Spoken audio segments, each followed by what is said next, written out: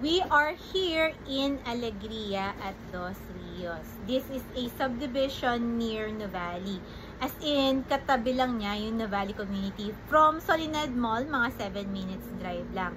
So, yung mga amenities that the Nuvali community offers, easy reach din for those who are living or who would avail the property here in Alegria at Dos Rios.